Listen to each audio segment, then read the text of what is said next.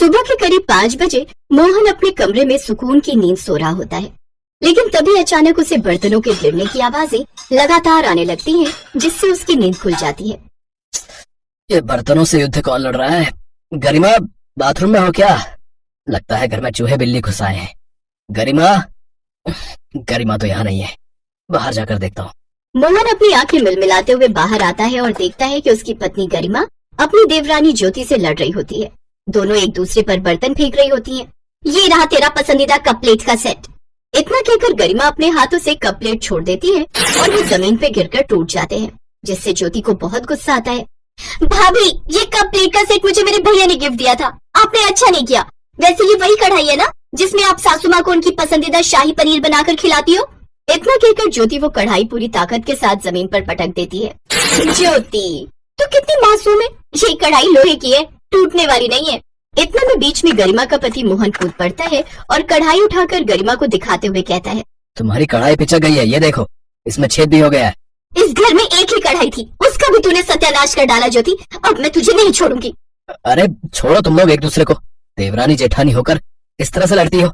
रोहन, माँ जल्दी बाहर आओ। तू मेरी कढ़ाई वापस कर, वरना आज मैं तुझे छोड़ूंगी नहीं। आप मेरे टूटे हुए कप प्लेट का सेट वापस करो जो मेरे भैया ने गिफ्ट दिया था, वरना मैं आपको नहीं छोड़ूंगी। इतने में वहाँ पर मोहन का छोटा भाई रोहन और उसकी माँ आ जाती है। दोनों देवरानी जेठानी अपनी सासू माँ से शिकायत करते हैं, तुम लोग जब देखो तब बर्तनों को लेकर लड़ती रहती हो, मोहल्ले वाले क्या सोचेंगे? हाँ ज्योति, तुम चलो मेरे साथ। सुबह के 5 बज रहे और तुम हो कि भाभी से फालतू में लड़ रही हो। रोहन अपनी पत्नी ज्योति का हाथ पकड़कर अपने कमरे में लेकर चला जाता है। ज्योति, तुम भाभी से बर्तनों को लेकर महाभारत क्यों किया करती हो? मैं कोई महाभारत नहीं करती, वही शुरुआत करती है हमेशा। उन्होंने मेरे भैया का दिया हुआ गिफ्ट तोड़ दिया, मैं इसका बदला तो उनसे लेकर रहूंगी। उस दिन बिना नाश्ता किए मोहन और रोहन ऑफिस चले जाते हैं। उन दोनों की माँ बहुत परेशान हो जाती है और अकेले में अपनी बड़ी बहू गरिमा से बात करती है। बहू, तू इस घर की बड़ी बहू है और समझदार भी। आज मोहन और रोहन बिना चाय पिए ऑफिस चले गए, इसीलिए शाम को जब वो दोनों वापस आए तब उन दोनों के फेवरेट छोले भटूरे बनाते हैं हम लोग। इतने में वहाँ पर छोटी बहू ज्योति भी आ जाती है। ये सही है माँ जी, सारा प्लान अपनी बड़ी बहू के साथ ही कर लो आप, मुझसे तो सलाह लेने की जरूरत है नहीं। ऐसा नहीं है बहू, आज गरिमा खाना बनाएगी और तू हम सबके लिए खाना सर्व करेगी, मंजूर है तुझे? ज्योति कुछ सोचती है और फिर मान जाती है, क्योंकि उसके दिमाग में कुछ खुराफात चलने लगता है। ठीक है माँ जी, जैसा आप कहें। शाम होते ही खाने की तैयारी शुरू हो जाती है। गरिमा और उसकी सासू माँ मिलकर छोले भटूरे बनाते हैं। शाम को दोनों बेटे घर आ जाते हैं और घर के बाहर ही दोनों आपस में कुछ बातें करने लगते हैं। रोहन, शुक्र है घर से बर्तनों की आवाजें नहीं आ रही। चल अंदर चलते हैं। दोनों भाई घर के अंदर आ जाते हैं। बच्चों, तुम दोनों फ्रेश हो जाओ, आज हमने तुम्हारे फेवरेट छोले भटूरे बनाए हैं। अरे वाह, आज छोले भटूरे बने, आज तो मजा ही आ जाए। इसलिए खाने की टेबल पर घर के सभी लोग आकर बैठ जाते हैं और ज्योति किचन में ही खाना सर्व करने की तैयारी करने लगती है। भाभी ने मेरे कप प्लेट का सेट तोड़ दिया था ना, ये महंगे बर्तन भी भाभी के मायके से आए। संगमरमर जैसे दिखने वाले बर्तनों में सर्व करूंगी, छोले भटूरे के दाग चाहकर भी नहीं मिट पाएंगे और मेरा बदला पूरा हो जाएगा। अरे क्या हुआ ज्योति, जल्दी से आओ ना, पेट में चूहे उछल रहे हैं। हाँ आ रही हूँ। ज्योति खाना लेकर सब लोग खाना खाने लगते हैं, लेकिन तभी अचानक गरिमा की नजर बर्तनों पर जाती है और वो समझ जाती है कि वो बर्तन उसके मायके वाले हैं। माँ जी, देख रही हैं आप, ये बर्तन तो वही है ना जो मेरे मायके से आए थे, बिल्कुल संगमरमर की तरह चमकते हैं ये बर्तन। इन बर्तनों में सिर्फ खीर खाते हैं और कुछ नहीं। अरे भाभी, बर्तन तो खाने के लिए होते हैं ना, खाने के बाद बर्तन मैं धो दूंगी, नो प्रॉब्लम। गरिमा, सबको खाना खा लेने दो, फिर आपस में खूब लड़ लेना। अरे कमबख्त, छोले भटूरे के दाग इस संगमरमर जैसे बर्तनों से कभी नहीं जाएंगे।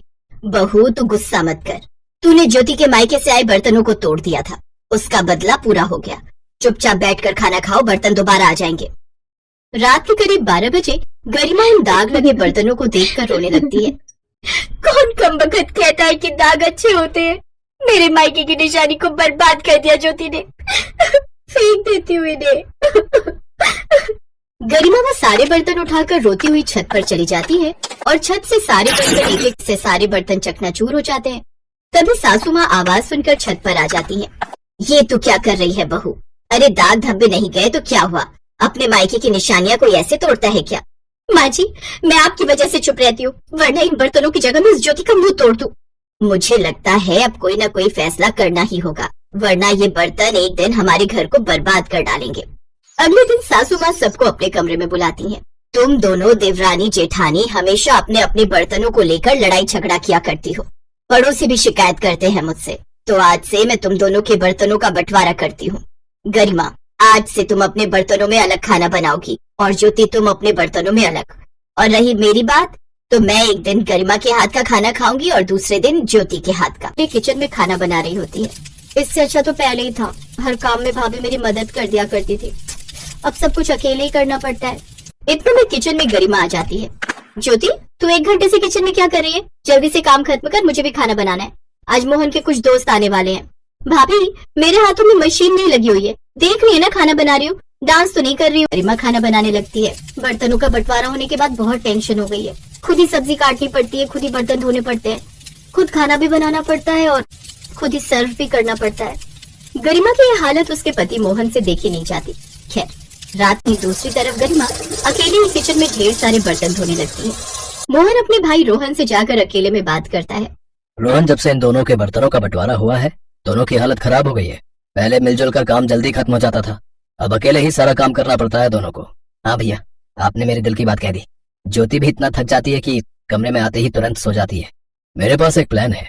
2 दिन बाद तू ज्योति से बोलना कि तेरे 8-10 दोस्त घर पर आने वाले हैं, और मैं गरिमा से शाम को बोलूंगा कि मेरे 10-15 लोग घर पर आने वाले हैं। बस भैया, बाकी का प्लान मैं समझ गया।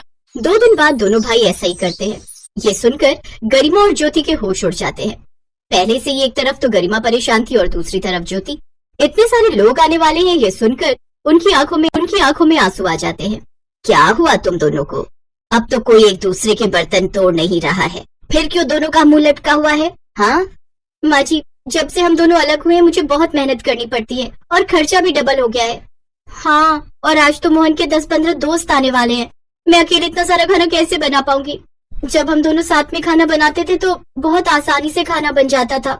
माँ जी, बर्तनों का बंटवारा खत्म कर दीजिए। भाभी, मुझे माफ कर दीजिए। मुझे माफ कर दे ज्योति, लड़ाई झगड़ा करके कोई फायदा नहीं होता है। आज से हम दोनों फिर से एक साथ सारा काम करेंगे। इस तरह रोहन, मोहन और उनकी माँ का ये प्लान सक्सेसफुल हो जाता है।